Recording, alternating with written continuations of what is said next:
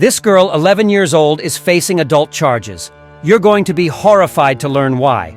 Welcome to USA Stories channel. Do not forget to subscribe and activate the bell button to receive all new updates. Now let's go to the story. On a frigid November morning in Wisconsin, the 10-year-old girl stood before the court, holding on to her father's hand.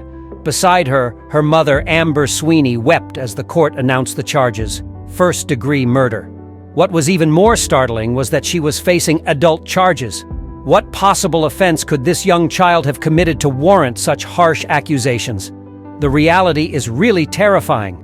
The only thing Nate Lydell desired for his life was to have a son. With the help of his family and a prosperous job under his belt, he made the decision that he wanted to adopt in order to enjoy the benefits of parenthood. He had no idea there would be so many ups and downs on the journey. Nate had to wait more than 2 years after working with an adoption agency before his kid was finally placed in his arms. They fell in love at first sight, and he gave him the name Jackson. Sadly, a terrible turn would soon occur in their joyful narrative. Nate needed daycare to look after Jackson throughout the workday because he was a full-time employee.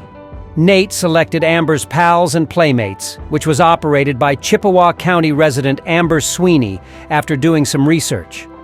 Nate felt totally at ease leaving his son there since he admired her mannerisms and approach to dealing with kids. Regretfully, Nate was unaware of the threat concealed within Amber's house.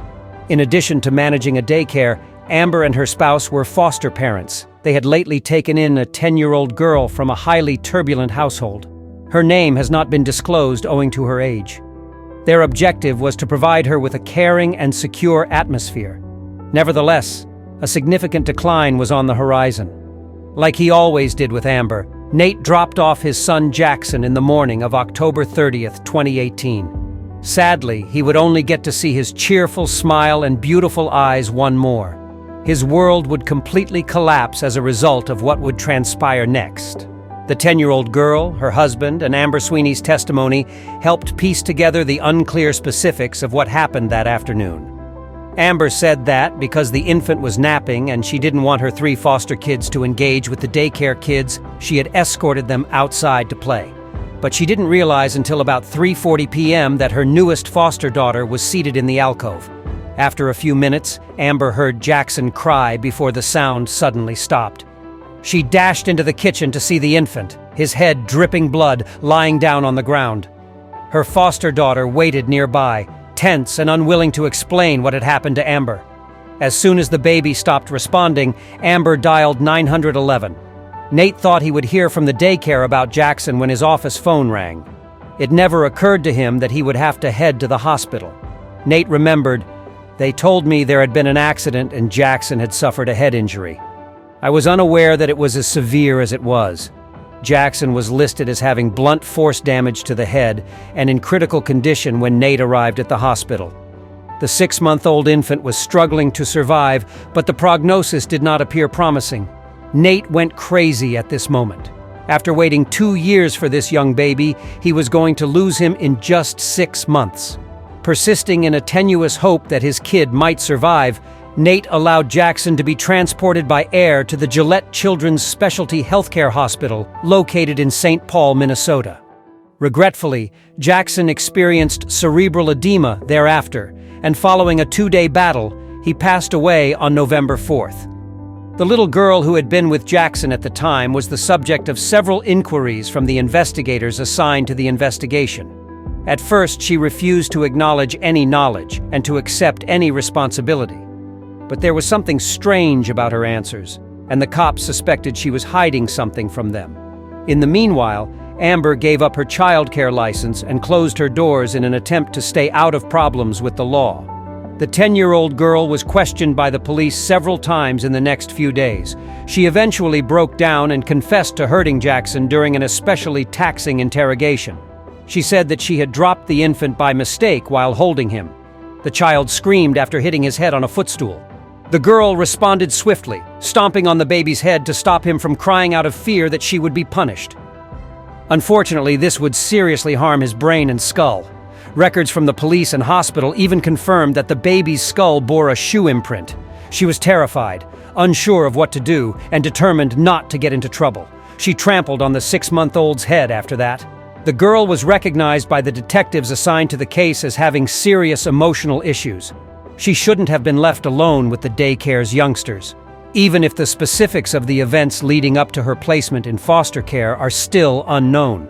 Following Jackson's murder, the little girl was taken into custody and charged with first-degree intentional homicide.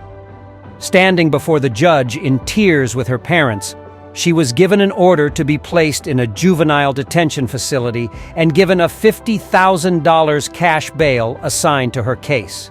Nate sat behind her in the courtroom, never taking his eyes off her for the full 10 minutes of the hearing. "I view it as the person who killed my kid, not as a 10-year-old girl." In an interview with Inside Edition, he said, "She's a criminal. She deserves to be in handcuffs. I informed the family that Jackson would not be making it in a few texts that I had sent out. My son's life was cut short because of her." Nationwide shockwaves were caused by the news of Jackson's death and the 10-year-old girl who was responsible. It was not only a horrible crime, but it was also unsettling that a little girl had committed the act. The fact that she was being prosecuted as an adult, however, set off an even larger controversy.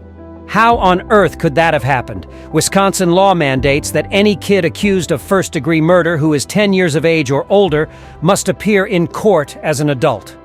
The juvenile court system is then tasked with handling the majority of these cases, though. The judge in this instance doesn't appear to be planning to move the youngster to a juvenile court. The issue of whether or not she has the mental capacity to comprehend her acts and the repercussions of those actions would arise if she were prosecuted as an adult. For Nate, losing his kid was one of the worst things he had ever gone through. Even yet, he's grateful for the priceless memories from those brief 6 months, despite the hurt and rage.